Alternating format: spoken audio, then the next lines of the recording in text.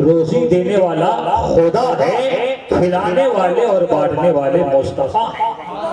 تو شاعر اسی حدیث کو اپنے مفہوم میں، اپنے شعر میں پھرویا ہے، روزی خدا نے دی ہے، کھلاتے ہیں مصطفیٰ، روزی خدا نے دی ہے، کھلاتے ہیں مصطفیٰ، دنیا ہے یہ خدا کی پر چلاتے ہیں مصطفیٰ، دنیا ہے یہ خدا کی پر چلاتے ہیں مصطفیٰ، اور پڑھ کر درود پاک تم سو جاؤ باوضو، پڑھ کر درود پاک تم سو جاؤ باوضو۔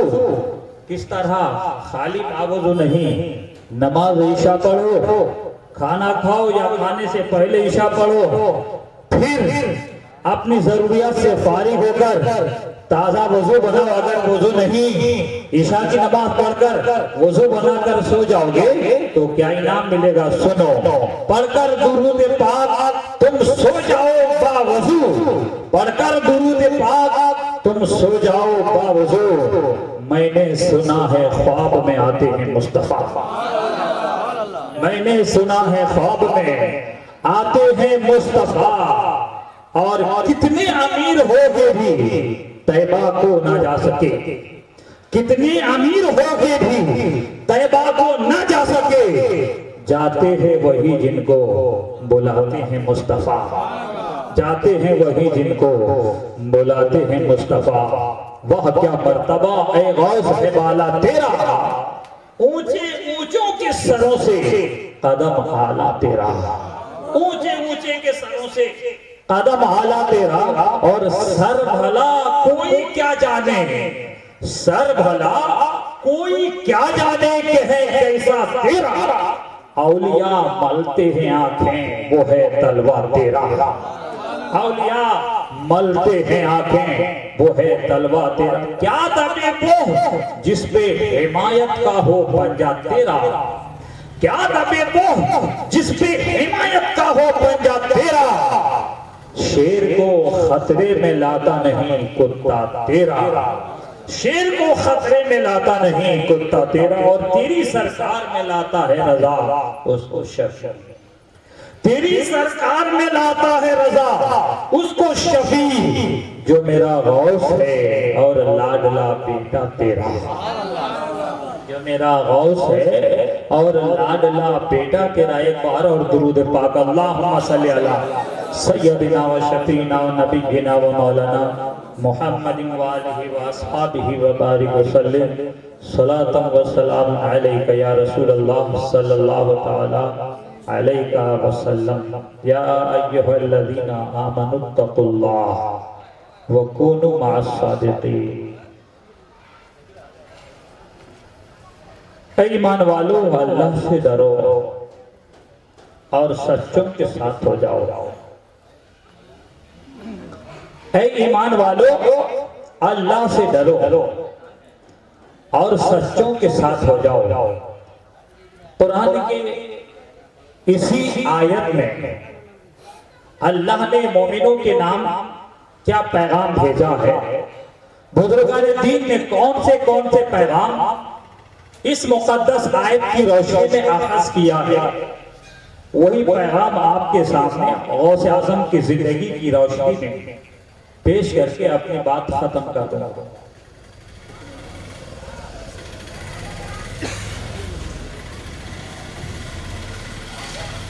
سننے کے موڈ میں ہیں؟ جی۔ اے ایمان والو، اللہ سے ڈرو وَكُونُوا مَعَ الصَّادِقِينَ، اور سچوں کے ساتھ ہو جاؤ۔ اللہ سے ڈرنا کیا ہے اور سچوں کے ساتھ ہونے کا مطلب کیا ہے، یہ پیغام ہے اللہ تعالیٰ کا قرآن پاک۔ مگر حضرات، جب ہم غوث اعظم کے حوالے سے ان کے خاندان کی سیرت کا مطالعہ کرتے ہیں، غوث اعظم کے حوالے سے ان کے آبا و اجداد کی زندگی کا مطالعہ کرتے ہیں، ان کی لائف ہسٹری پڑھتے ہیں، تو خوف خدا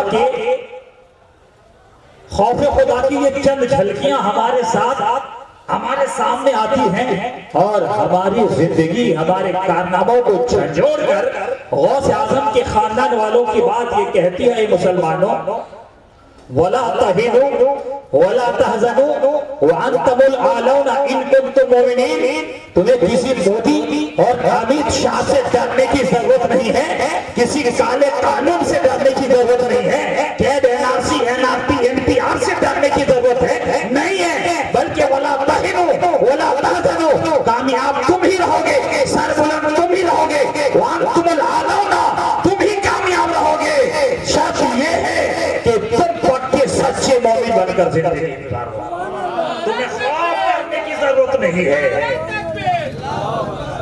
وَلَا تَهِنُوا وَلَا تَحْزَنُوا ڈرنے کی ضرورت نہیں، خوف کھانے کی ضرورت نہیں، وَأَنْتُمُ الْأَعْلَوْنَ تم ہی سربلند رہو گے، تم ہی کامیاب رہو گے۔ إِن كُنتُم مُّؤْمِنِينَ شرط یہ ہے کہ تم پکے سچے مومن بن کر زندگی گزارو۔ سارا زمانہ دشمن تھا غوث اعظم کا، سارا زمانہ دشمن تھا میرے خواجہ کا، سارا زمانہ دشمن تھا میرے نبی کا، مگر زمانے نے دیکھا کہ جن کے دل میں خوف خدا تھا، جن کے دل میں خوف خدا تھا وہ قائم رہے، اور جو ان سے جلنے والے تھے وہ گھر کر چلے گئے۔ شرط یہ ہے کہ تمہاری زندگی میں خوف خدا ہو، تمہاری زندگی میں اللہ کا خوف ہو۔ اگر تم نے خوف خدا کر کے اپنا سر خدا کی بارگاہ میں حاضر کر دیا، خوف خدا کر کے ماں باپ کو پیار کی نظروں سے دیکھا، دل میں خوف خدا لا کر اپنے پڑوسیوں کی دشمنی کو مٹا کر ان کو سینے سے لگا لیا، بزرگان دین کے قانون کو اپنا لیا، تو خدا کی قسم یہ سارے کالے قانون تمہارے قدموں کے نیچے ہوں گے، یہ سارے کالے قانون تمہارے قدموں کے نیچے۔ اللہ تعالیٰ تمہیں سر بلندی عطا فرمائے۔ اگر ہمارے دل سے خوف خدا نکل گیا، یاد کرو آج ہم کیا کھاتے ہیں، ہم کیا پیتے ہیں، ہمیں اس بات کی تحقیق نہیں، بس ہم اسے بڑا سمجھتے ہیں۔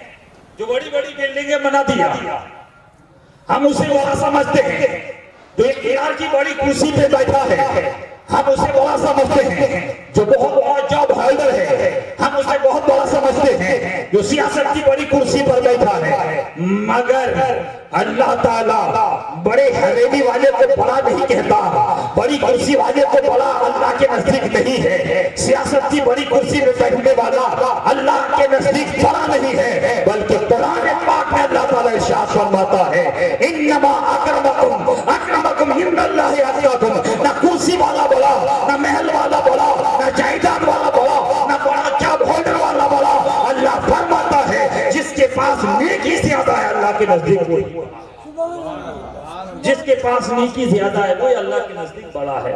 عزیزان ملت اسلامیہ، بات یاد آ گئی کہ آج ہمیں اپنے آپ کو سدھارنے کی ضرورت ہے۔ ہم سدھر گئے، پورے کالے قانون ہمارے قدموں کے نیچے ہوں گے۔ ہمیں اپنے آپ کو سدھارنے کی ضرورت ہے۔ حضرت جنید بغدادی کا نام سنا ہوگا، سنے ہیں نا؟ کون؟ بولو، پیار سے بولو۔ بزرگ کا نام زبان میں لے گی تو زبان بھی پاک ہو جائے گی، زبان میں برکتیں آ جائیں گی۔ اب ہمارا منہ گنہگار، ہماری زبان گنہگار، جنید بغدادی اللہ کے لیے ان کا نام زبان پہ آیا تو اللہ تعالیٰ ہو سکتا ہے، امید ہے ہمیں کہ اس مبارک نام کی برکت سے ہمارے زبان سے نکلی ہوئی دعا بھی اللہ قبول فرمائے۔ حضرت جنید بغدادی رضی اللہ تعالیٰ عنہ کے زمانے میں، یہ غوث اعظم سے پہلے کے ولی ہیں، حضرت جنید بغدادی کے شہر میں بغداد میں ایک اللہ کا ولی آیا، لوگ ان کے دیدار کے لیے، ملاقات کے لیے حاضر ہوتے تھے۔ حضرت جنید بغدادی بھی تشریف لے گئے۔ کتنے بڑے ولی حضرت جنید بغدادی، اپنے زمانے میں سب سے مشہور و معروف بزرگ۔ حضرت جنید بغدادی ملاقات کے لیے تشریف لے گئے۔ عزیزان ملت اسلامیہ، ایک بار درود پاک پر اللہم وآلہ وآصحابہ وبارک وسلم صلاۃ و سلام علیکہ یا رسول اللہ۔ ملاقات کے لیے لے گئے، کہا کہ السلام علیکم. کیا کہا؟ آپ بھی ساتھ دیں گے تو بات بولو السلام علیکم. ادھر سے اس بزرگ کی طرف سے جواب ملا. کیا ملا جواب؟ بولو والے پیچھے والے بھی بولو وعلیکم السلام. بیٹھ گئے. جنگل میں بیٹھے وہ بزرگ حضرت جنید بغدادی ولی کی صحبت میں باادب بیٹھ گئے. کہا کہ کیا بات ہے؟ حضور کچھ سیکھنے کے لیے آیا. فخر نہیں اتنے بڑے سید الطائفہ ولیوں کے سردار اپنے زمانے کے ولیوں کے سردار حضرت جنید بغدادی نے یہ نہیں محسوس کیا میں بڑا ہوں میرے سامنے کون بڑا. شاگرد کی حیثیت سے خادمانہ حیثیت سے جنید بغدادی اس بزرگ کے سامنے بیٹھے ہیں. کہا کہ کیا بات ہے؟ کہا کہ حضور کچھ سیکھنے کے لیے آیا ہوں. حضور کچھ سیکھنے کے لیے آیا ہوں. تو کہا اچھا سیکھنے کے لیے آئے ہو تو سنو تم کھانا کھاتے ہو؟ بولے ہاں حضور کھاتا ہوں. بولے کھانے کے آداب کیا ہے؟ کھانے کا طریقہ کیا ہے؟ اس بزرگ نے جنید بغدادی سے کہا جانتے ہو؟ کہا حضور معلوم ہے. کہا کہ بتاؤ کھانے کے آداب. کھانے کے آداب دھیان سے سنیے گا. کھانے کے آداب بتاؤ. تو اس بزرگ نے پوچھا کس سے؟ جنید بغدادی سے. جنید بغدادی نے کہا حضور کھانے کے آداب معلوم. کہا کہ حضور دونوں ہاتھ کھولے نا یہ سنت ہے. اسلامی طریقے پہ بیٹھنا جو سنت ہے. کھانے سے پہلے دعا ایک طرف سے کھانا بسم اللہ کہہ کے کھانا سیدھے ہاتھ سے کھانا دسترخوان بچھا کر کھانا یہ سنتیں ہیں.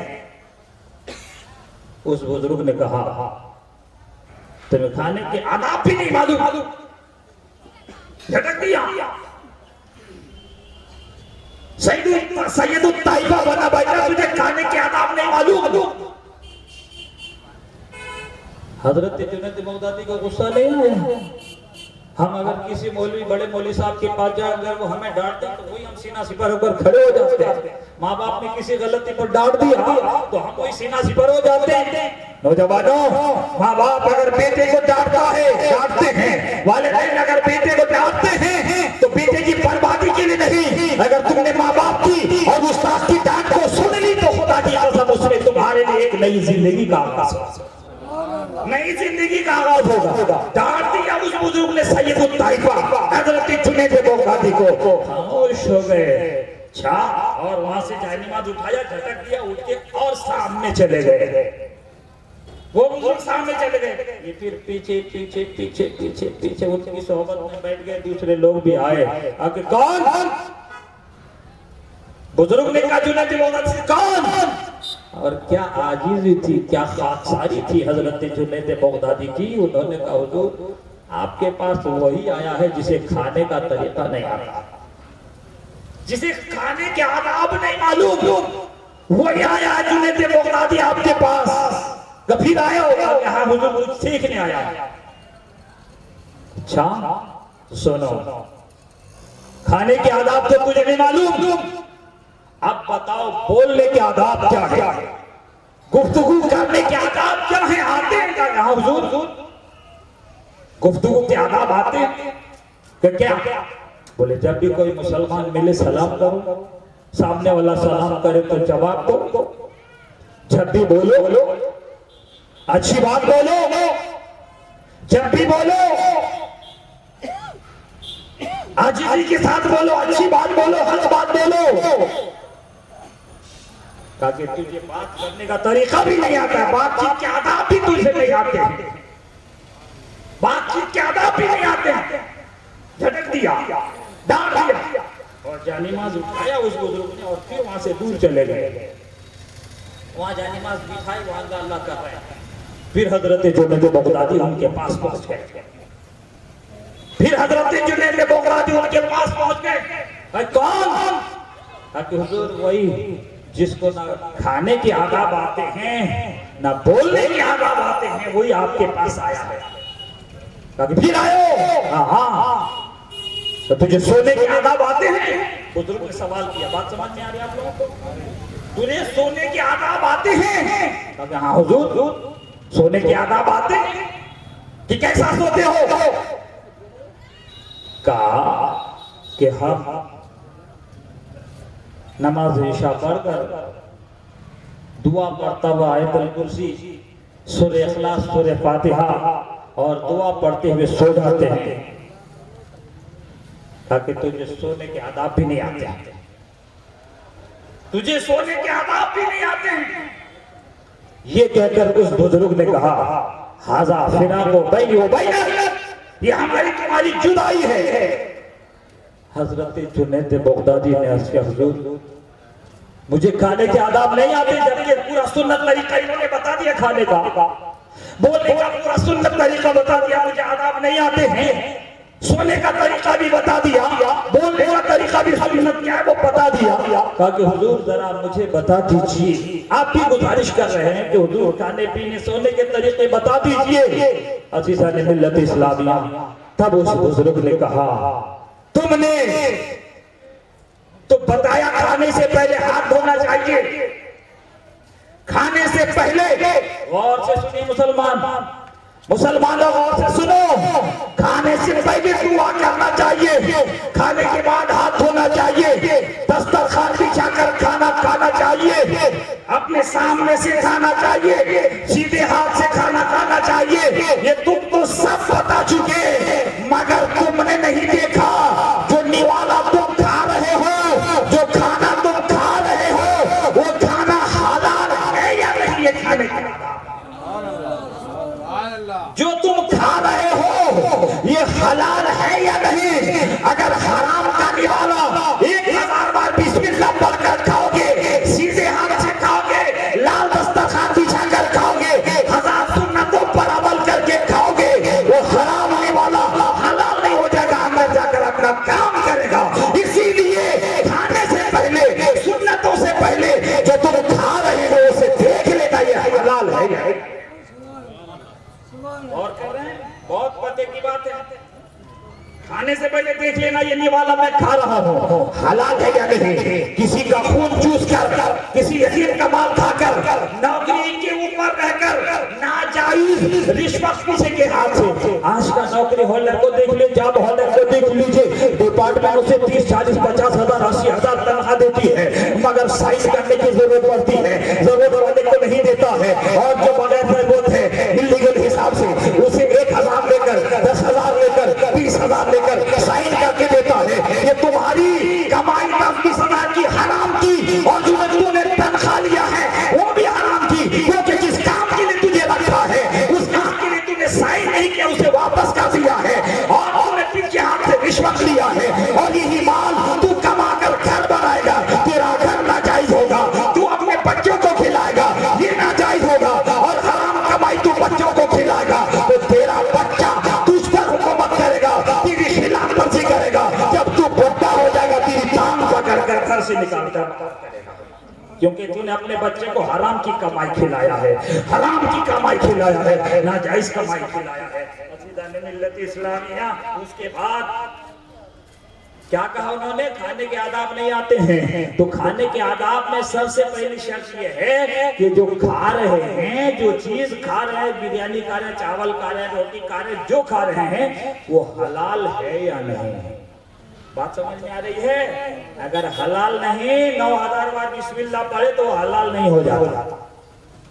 اب سور حرام ہے، بسم اللہ کے سارے مولانے، سارے ہمارے جلسے والے مل کر بسم اللہ 1000 بار بولے تو بھی حلال ہوتا؟ حلال نہیں ہوتا۔ اسی لیے جو ناجائز کمائی، سود کی کمائی، مال کسی کا ہڑپ لیا ہے وہ کمائی، جھوٹ بول کر تجارت کیا ہے وہ کمائی کا مال کھا رہا ہے 100 بار بسم اللہ بول کر، حلال نہیں ہوگا۔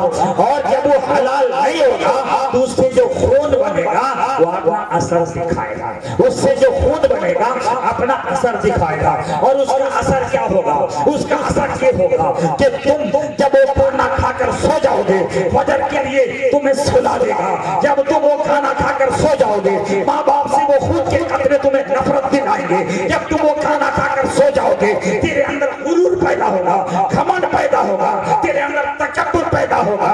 جب تم وہ کھانا کھا کر سو جاؤ گے ایک مومن کی محبت تمہارے دل سے نکل جائے گی, ماں باپ کی محبت تمہارے دل سے نکل جائے گی, سجدے کی محبت نکل جائے گی, نماز سے محبت نکل جائے گی, غوث اعظم کے نقش قدم پر چلنے کا جذبہ ختم ہو جائے گا. تو اسی لیے سب سے پہلے ہم دیکھ لیں کہ ہم حلال کھائیں. اگر حلال کھا کر سو گے خدا کی قسم رات بھر سو گے یہی قطرہ خون بن کر تیری رگوں میں دوڑے گا. جب صبح میں مسجد کے میناروں سے اذان کی آواز آئے گی خدا کی قسم تم بھی جاگ جاؤ گے, تمہاری بیوی بھی جاگ جائے گی, پورے ماں باپ بھی جاگ جائیں گے, بچے بھی جاگ جائیں گے. یہی خون کے قطرے تمہیں نماز کے لیے جگائیں گے, یہی خون کے قطرے تمہیں عبادت کے لیے جگائیں گے. سب جاگ جاؤ گے. عورتیں گھر میں نماز پڑھ رہی ہے وہی حلال روزی کا خون جو بنا تمہیں نماز کے لیے آمادہ کر رہا ہے. تم جا کر مسجد میں نماز ادا کرتے ہو, عورتیں گھروں میں نماز ادا کرتی ہے. اور خدا کی قسم مجھے کہنے دیا جائے آج ہماری مسجدیں ویران. اسی طرح ہر مسلمان اگر حلال کھانا کھاتا, حلال روزی کھاتا اور اسلامی طریقے پر چل کر ایک فجر میں ہر جوان بوڑھا بچہ مرد عورت سب کے سب نماز پڑھ کر اللہ کی بارگاہ میں تمام ہندوستان والے دعا کر دیں تو خدا کی قسم رب کی ذات سے مجھے امید ہے کہ ایک مودی کو کیا, ایک امت شاہ کو کیا, ہزاروں امت شاہ کی حکومت ہمارے زمین پاؤں کے تلے آ جائے. بات سمجھ میں آ رہی ہے؟ ہماری دعا ہم تو مائل کا کرم ہے کوئی سائل ہی نہیں, راہ دکھلائیں کسے رہنمائے منزل ہی نہیں. عزیزان ملت اسلامیہ آج ہم مسجدوں سے دور ہو گئے, اپنے فرائض سے دور ہو گئے, اپنی ذمہ داریوں سے دور ہو گئے, حلال روزی کوئی کھانا ہی نہیں چاہتا ہے. غوث اعظم نے اسی کی تعریف کی. ایک بار درود پاک پڑھیں اللہم صلی علی سیدنا و شفینا و نبینا و مولانا محمد و آلہ و اصحابہ و بارک وسلم صلاۃ و سلام علیکہ یا رسول اللہ صلی اللہ علیہ وسلم. اس کے بعد دوسرا سوال کیا تھا, اس بزرگ کا دوسرا سوال کیا تھا جی, بات کرو. تو انہوں نے کہا تھا بات سے پہلے سلام کرنا چاہیے, کوئی سلام کرے تو جواب دینا چاہیے, مومن سے خیریت پوچھنی چاہیے, اچھی بات بولنی چاہیے. تو انہوں نے کہا یہ بھی بولنے کے آداب نہیں, بولنے کے آداب یہ بھی نہیں ہے. اس بزرگ نے جنید بغدادی سے کہا بولنے کے آداب یہ ہیں کہ جب بھی بولو, جب بھی بولو اللہ کے لیے بولو, اپنے لیے نہیں بولو, اللہ کے لیے بولو. اپنی ذات کے فائدے کے لیے نہ بولو, اللہ کے لیے بولو. جب تم اللہ کے لیے بولو گے تو یہی بولنے کے آداب. تیسری بات, سونے کے آداب آتے ہیں تو انہوں نے کہا کہ نہیں آتے ہیں. دعا کرنا چاہیے, اللہم بسمک اموت و احیا, درود اور آیت الکرسی, سورہ فاتحہ, سورہ اخلاص پڑھ کر سو جانا چاہیے. تو انہوں نے کہا نہیں, سونے کے آداب یہ نہیں ہے, سونے کے آداب یہ نہیں ہے, یہ تو سونے کے لوازمات ہیں. سونے کے آداب یہ نہیں ہے, یہ تو سونے کے لوازمات ہیں. سونے کے آداب میں یہ ہے کہ جب تم نماز عشاء پڑھ کر سونے کی تیاری کرو تو سب سے پہلے یہ عزم کر لو, سب سے پہلے یہ ارادہ کر لو کہ آنے والی فجر میں پروردگار مجھے اٹھنے کا حوصلہ عطا فرما, آنے والی صبح میں پروردگار مجھے اٹھنے کی نماز فجر ادا کرنے کی طاقت عطا فرما. یہ حوصلہ لے کر پھر تم یہ دعائیں پڑھ کر سو جاؤ. یہی حوصلے کا نام سونے کے آداب, یہی حوصلہ سونے کا آداب ہے. عزیزان ملت اسلامیہ تو بات ضمنی طور پر وہی تو میں بول رہا ہوں. تو حلال روزی غوث اعظم کے ابا کا قصہ دیکھو. آج ہمیں اپنے آپ کو سدھارنے کی ضرورت ہے. آج ہمارا بھائی حرام کمائی کی طرف قدم بڑھا رہا ہے, دکان میں بیٹھا تو جھوٹ بول رہا ہے, پڑوسی سے باتیں کر رہا ہے تو جھوٹ بول رہا ہے, ماں باپ سے جھوٹ بول رہا ہے, اپنے اولاد کے سامنے ماں باپ جھوٹ بول رہے ہیں. اسی لیے ہمیں چاہیے کہ ہر منزل پہ ہم حلال کھائیں کھائیں اور سچ بولیں، سچ کی بہت بڑی برکت ہے۔ آؤ، حضرت غوث اعظم کے ابا کا قصہ آپ نے بہت بار سنا ہوگا، بہت بار سنا ہوگا، جن کا نام حضرت ابو صالح جنگی دوست ہے۔ وہ بہت بڑے عبادت گزار تھے۔ وہ سمندر کے کنارے، ایک ندی کے کنارے نمازیں ادا کرتے تھے۔ انہیں کھانے سے سروکار نہیں تھا، پانی سے سروکار نہیں تھا، جو مل گیا وہ اگر بھوک لگی کھانا کھا لیا، بھوک بھی لگی ہے مگر تلاوت کا شوق انہیں بھوک کی بجھانے کے لیے آمادہ ہونے نہیں دیتا، نمازوں کا شوق انہیں کھانے کے قریب جانے نہیں دیتا ہے، تسبیح کا شوق انہیں کھانے کے قریب جانے نہیں دیتا کہ جتنی دیر میں میں کھانا کھاؤں گا اتنی دیر میں مجھے کئی نمازیں ادا ہو جائیں گی، کئی رکعتیں ادا ہو جائیں گی۔ بہرحال ایک دن سمندر کے کنارے بیٹھ کر، سمندر کے کنارے بیٹھ کر نمازیں ادا کرتے تھے۔ پھر جب نمازیں ادا کرتے کرتے آپ وضو بنانے کے لیے سمندر کے کنارے پہنچتے ہیں، اتنے بھوکے تھے آپ، اتنے بھوکے تھے، کئی دن سے نہیں کھایا تھا، سجدے کا مزہ لے رہے تھے، تسبیح اور تلاوت کا مزہ لے رہے تھے، درود اور ذکر و اذکار کا مزہ اسی سمندر کے کنارے میں بیٹھ کر لے رہے تھے۔ جب ان کو ندی میں وضو بنانے کے لیے جانا ہوا تو ایک خوبصورت سیب بہتا ہوا آ رہا تھا، آپ نے سینکڑوں بار سنا ہوگا۔ پھر بھوکے تھے آپ کہ آپ نے اس سیب کو اٹھایا اور کھا لیا، اور کھانے کے بعد آپ کے ضمیر نے آپ کو جھنجھوڑا، آپ کے ضمیر نے آپ کو جھنجھوڑا، اے ابو صالح تو نے وہ سیب کھا لیا ہے، تو نے پتا کیا کہ یہ سیب حلال کا ہے یا حرام کا ہے، اس کا مالک کون ہے، بغیر اجازت کے کس کا سیب تو نے کھا لیا ہے۔ اللہ اللہ، ایک سیب سمندر میں بہتا ہوا آ رہا تھا، ایک سیب سمندر میں بہتا ہوا آ رہا تھا، وہ پڑا ہوا مال وہ لذیذ ہو یا لگتا ہو کچھ شرطوں کے ساتھ مومنوں کے لیے استعمال کرنا تو جائز ہوگا۔ عزیزان ملت اسلامیہ، اس پڑے ہوئے سیب کو کھانے کے بعد آپ بے چین ہو جاتے ہیں، بے قرار ہو جاتے ہیں۔ ہمیں سبق حاصل کرنا چاہیے کہ کسی غریب کا مال نوکری میں 50-60 ہزار لینے والا پیچھے سے دستخط کرنے پر نہیں بننے والا کام بنا دیتا ہے اور رشوت لیتا ہے۔ یہ حرام خوری تیری کب تک چلے گی؟ اور یہ حرام خوری کے بعد نماز ادا کرو گے تو تمہاری نماز بھی قبول نہیں ہوگی، یہ حرام خوری کے بعد تم روزہ رکھو گے تو بھی قبول نہیں ہوگا۔ تو حضرت غوث اعظم کے ابا اس سیب کو کھانے کے بعد بے چین ہو جاتے ہیں، بے قرار ہو جاتے ہیں۔ اللہ اکبر، کتنے بڑے متقی تھے، اللہ کا خوف ان کے دل میں تھا۔ جب ان کے دل میں خوف خدا تھا، اس خوف خدا کی وجہ سے ایک سیب جو کچھ شرطوں کے ساتھ کھانا جائز بھی ہے، وہ پڑا ہوا مال تھا، کچھ شرطوں کے ساتھ کھانا بھی جائز بھی ہے، مگر شرطیں ابھی نہیں پوری ہوئی تھی، تو بے چین ہو جاتے ہیں اور اس سیب کی تلاش میں نکل جاتے ہیں۔ اس سیب کی تلاش میں کہ کہاں سے آیا ہے یہ سیب، میں سیب کے مالک سے معافی مانگوں گا، سیب کے مالک سے معافی مانگوں گا۔ اللہ ہے ہمارے اندر ایسا جذبہ۔ آؤ، اللہ کی رحمت آج کی آواز دے رہی ہے۔ اگر تو نے کسی سے رشوت لیا ہے، کسی کا مال ناجائز ہڑپ کر لیا ہے، جاؤ اس کا مال اسے واپس کر دو، اس سے معافی مانگو، اللہ سے معافی مانگو، اللہ تمہارے بھی گناہ معاف فرما دے گا۔ کیونکہ توبہ گناہ کرنے والا جب گناہ سے توبہ کرتا ہے تو گناہ کے بعد اللہ تبارک و تعالی اس انسان کو بہت زیادہ پسند فرماتا ہے۔ ان اللہ یحب التوابین، اللہ تبارک و تعالی توبہ کرنے والوں سے محبت فرماتا ہے، توبہ کرنے والوں سے محبت فرماتا ہے۔ چلے جا رہے کہ کہیں مل جائے باغ والا، اور باغ والا خود پریشان تھا، باغ والا خود پریشان تھا، باغ والا ایک بات کی وجہ سے پریشان تھا، شب و روز پریشان تھا، باغ والا رات و دن پریشان تھا، اللہ کی بارگاہ میں مانگ رہا تھا۔ باغ والا کیا مانگ رہا تھا وہ سوچئے، اللہ کی بارگاہ میں باغ والا مانگ رہا تھا، سیب کا باغ والا مانگ رہا تھا، اے اللہ میں پریشان ہوں، میری پریشانی دور کر دے، میں پریشان ہوں، میری پریشانی دور کر دے۔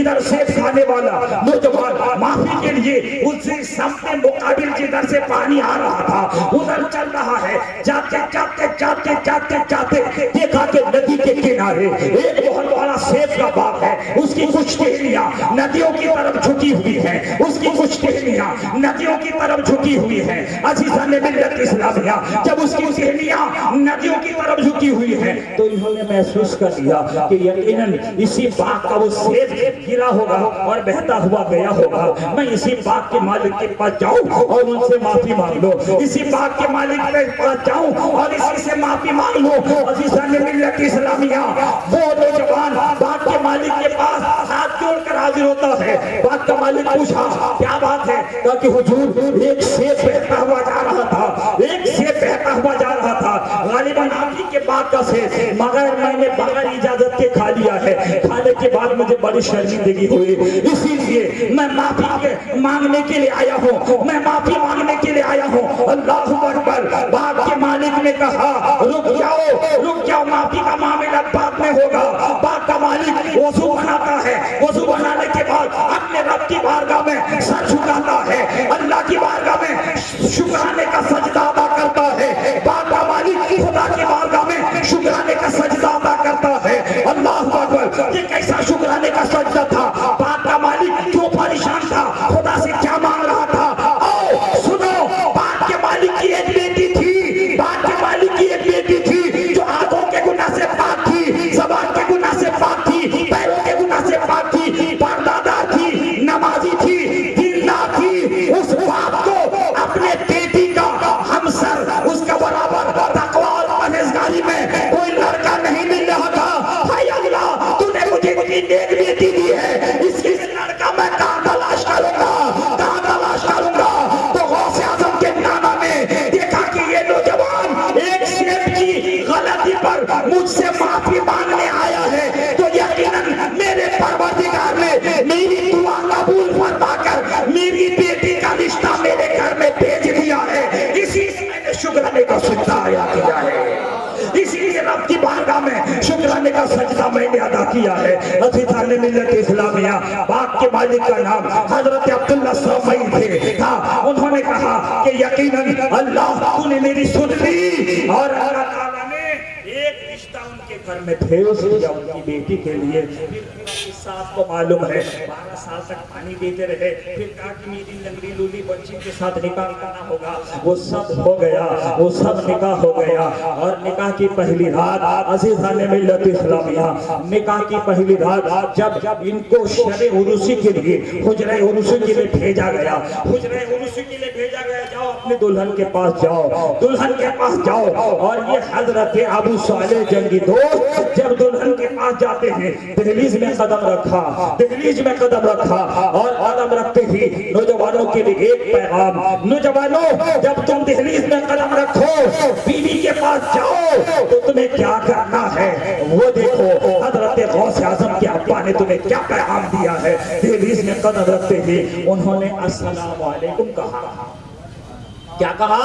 السلام علیکم۔ اے نوجوانوں، جب تمہاری شادی ہو، شادی کی پہلی رات دلہن کے پاس جاؤ تو سب سے پہلے السلام علیکم کہو، کیونکہ اگر تم نے السلام علیکم کہا، سب ملاقات سے پہلے رب کی بارگاہ میں یہ السلام کیا ہے؟ ایک دعا ہے، سلامتی کی دعا ہے۔ تم بیوی کے لیے سلامتی کی دعا کرو، تم بیوی کے لیے سلامتی کی دعا کرو، پھر ادھر سے وعلیکم السلام جواب آئے گا تو تمہاری طرف سے بیوی کے لیے سلامتی کی دعا، بیوی کی طرف سے تمہارے لیے سلامتی کی دعا۔ جب دونوں طرف سے سلامتی کی دعائیں ہوں گی تو اللہ تعالیٰ اس گھر میں برکتوں کا دروازہ کھول دے گا۔ اس گھر میں جب بچے پیدا ہوں گے، وفادار بچے پیدا ہوں گے، نمازی دیندار بچے پیدا ہوں گے، غوث اعظم کے وفادار، نبی کے وفادار اس گھر میں پیدا ہوں گے۔ سمجھ میں آ رہی نوجوانوں؟ اور جن کی شادی ہو بھی گئی ہے، جن کی شادی ہو بھی گئی ہے، آپ بھی ہیں شادی شدہ ہیں، گھر میں جاؤ تو اپنے بیوی کے حجرے میں، باہر سے آؤ تو گھر میں قدم رکھتے ہی سلام کرو، تمہارے گھر میں برکتیں نازل ہوں گی، گھر والے کے لیے سلامتی ہوگی۔ جب تم جاؤ تو سلام کرتے ہوئے جاؤ، جب دونوں طرف سے سلامتی کی دعائیں ہوں گی، اللہ تبارک و تعالیٰ تیرے گھر والوں پر سلامتی نازل فرمائے گا، برکتیں نازل فرمائے گا، رحمتیں نازل فرمائے گا۔